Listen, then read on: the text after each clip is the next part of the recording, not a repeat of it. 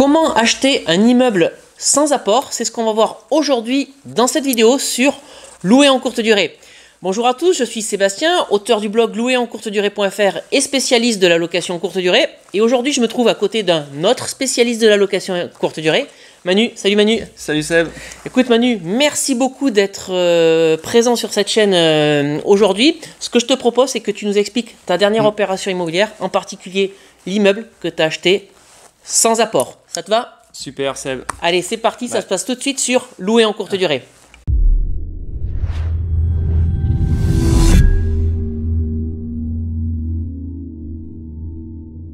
Alors Manu, merci d'être présent aujourd'hui dans cette vidéo. Avant que tu te présentes et avant que tu nous expliques tout de cette opération immobilière, je voulais vous rappeler que vous avez accès à une formation totalement gratuite sur la fiscalité du loueur meublé non professionnel en location courte durée.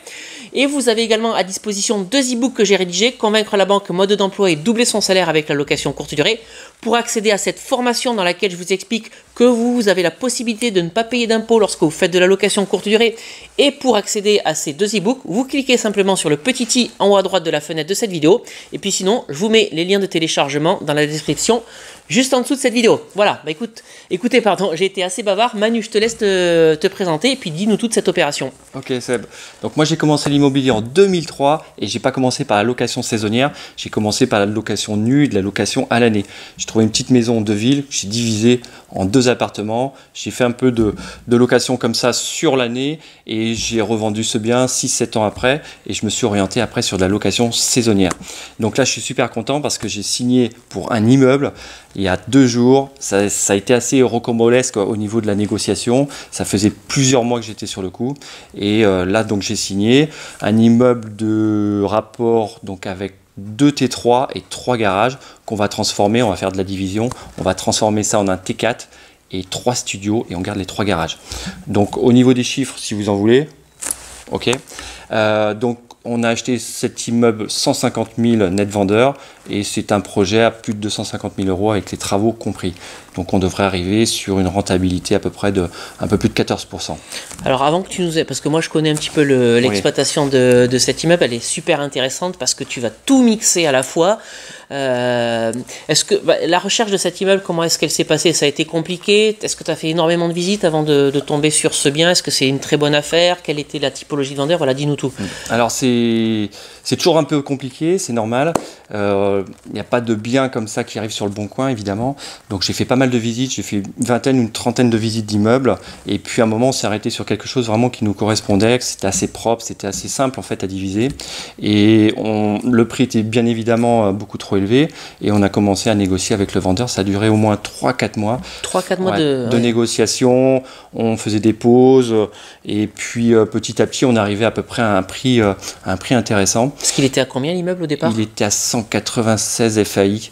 Ah ouais. 196 000 Donc tu as gagné 50 000 euros quoi. Direct, rien qu'au niveau de la négociation. Donc ça vaut le coup d'attendre 3-4 mois pour gagner 50 000 euros. C'est clair, ouais. C'est toujours... voilà. Et puis voilà. Et donc le financement, l'étape de financement. Alors pour le financement, bah écoutez, financement à 110%, même un peu plus. Moi je dis 130 puisque tu embarques les travaux voilà, dedans. 110 avec les frais notaires et toi tu t'es pas arrêté là, boum, les travaux derrière. Voilà, les travaux. En fait on a fait tout financer, hein, on n'a pas apporté un seul euro. La banque nous a suivis. Voilà, on avait déjà 2 locations saisonnières derrière hein, qui crachaient aussi un peu de cash. Donc voilà, pour les banques c'est toujours beaucoup plus simple. Et puis là, vu l'excellente rentabilité qu'on avait, il n'y a eu aucune difficulté pour qu'ils nous accordent le prêt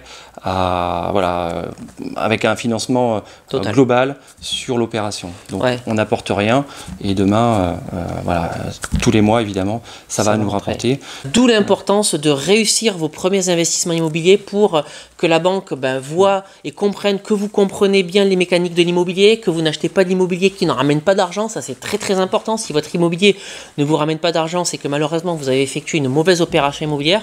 Toi en l'occurrence, tu avais une machine déjà bien rodée, la banque elle voyait bien que ça rentrait tous les mois et tu l'as rassuré sur ce nouveau projet immobilier. Ok, donc un investissement sans apport, je vous dis toujours que c'est possible. Je l'ai fait sur ma dernière opération immobilière, sur un tout petit T3 en colocation, mais sur une opération de beaucoup plus grande envergure, comme ce que tu as fait avec ta femme il y a encore 2 jours. C'est quelque chose qui est tout à fait possible.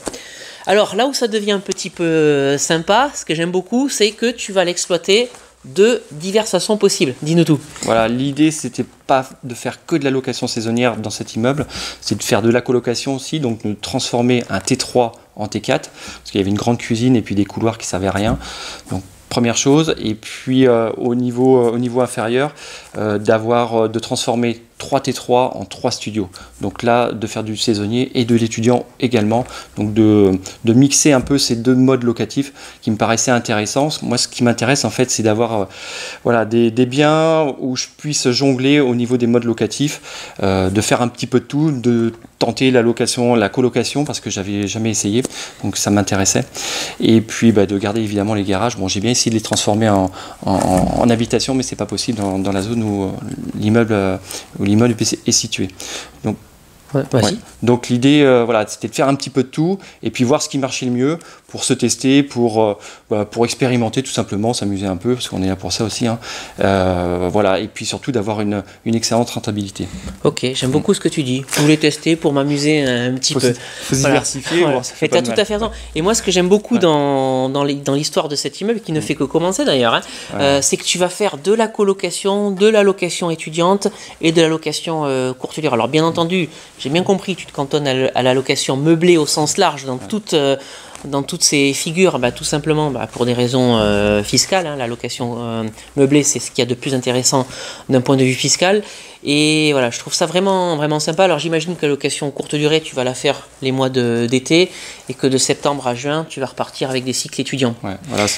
Alors ce que je sais pas si je l'avais déjà dit en vidéo, mais en tout cas je peux le dire, ce que tu peux quand même faire, c'est dire à des étudiants qui voudraient rester d'une année sur l'autre, écoutez, monsieur l'étudiant ou madame l'étudiante, moi je vous épargne votre loyer les mois de juin et juillet, mais en contrepartie, rendez-moi cet appartement disponible parce que je vais en profiter pour l'exploiter de manière différente. Vous, ça vous permet de ne pas payer le loyer en été, c'est une charge en moins, et puis moi ça me permet de faire entrer de l'argent de manière différente. Je pense que voilà, si tu présentes la chose comme ça, tu as peut-être déjà réfléchi d'ailleurs, c'est une bonne manière de garder tes locataires d'une année sur l'autre sans avoir besoin de republier des annonces, refaire des visites et resélectionner des dossiers.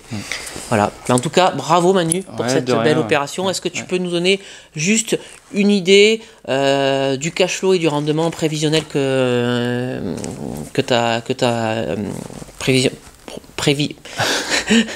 le séminaire que tu as imaginé? Oui, alors au niveau du rendement, on serait à plus de 14%.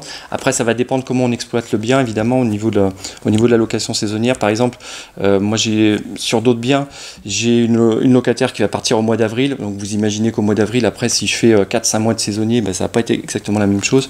Mais on part sur du cash flow minimum de 1000 euros par mois, voire plus, voire 2 fois plus. Donc là, c'est pas très précis, je suis désolé, mais ça va vraiment dépendre de la période de location saisonnière qu'on va pouvoir faire avec les étudiants. Et c'est vrai que ça les intéresse énormément parce que à partir du moment où ils peuvent quitter l'appartement dès le mois d'avril ou dès le mois de mai, moi ça me libère l'appartement aussi, je peux en faire ce que je veux. C'est vraiment la formule aussi un peu idéale pour...